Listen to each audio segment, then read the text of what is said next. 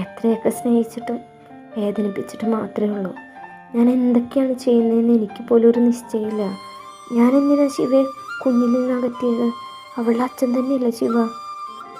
ഒരു തരം പേടിയാണ് മനസ്സ് മുഴുവൻ.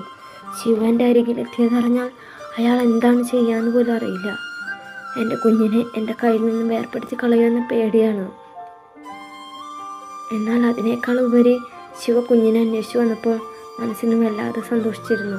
ഇനി ഒരു പക്ഷേ അവൻ കുഞ്ഞിന് വേണ്ടി മാത്രമാണോ വന്നത്? എൻ്റെ കുഞ്ഞിനെ കൊണ്ടുപോകാനായിരിക്കുമോ? ഏയ്, ശിവ അങ്ങനെ ഒരിക്കലും ചെയ്യില്ല.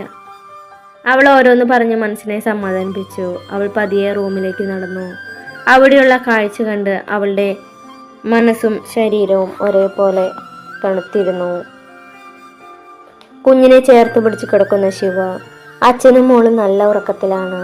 ഒരു ഷോർട്സ് മാത്രമാണ് അവൻ്റെ വേഷം. ഷർട്ട് ഇട്ടിട്ടില്ല. കുഞ്ഞിൻ്റെ അരികിൽ കമഴ്ന്നാണ് കിടക്കുന്നത്. ഒരു കൈ കൊണ്ട് മോളെ ചേർത്ത് പിടിച്ചു കിടക്കുന്നുണ്ട്.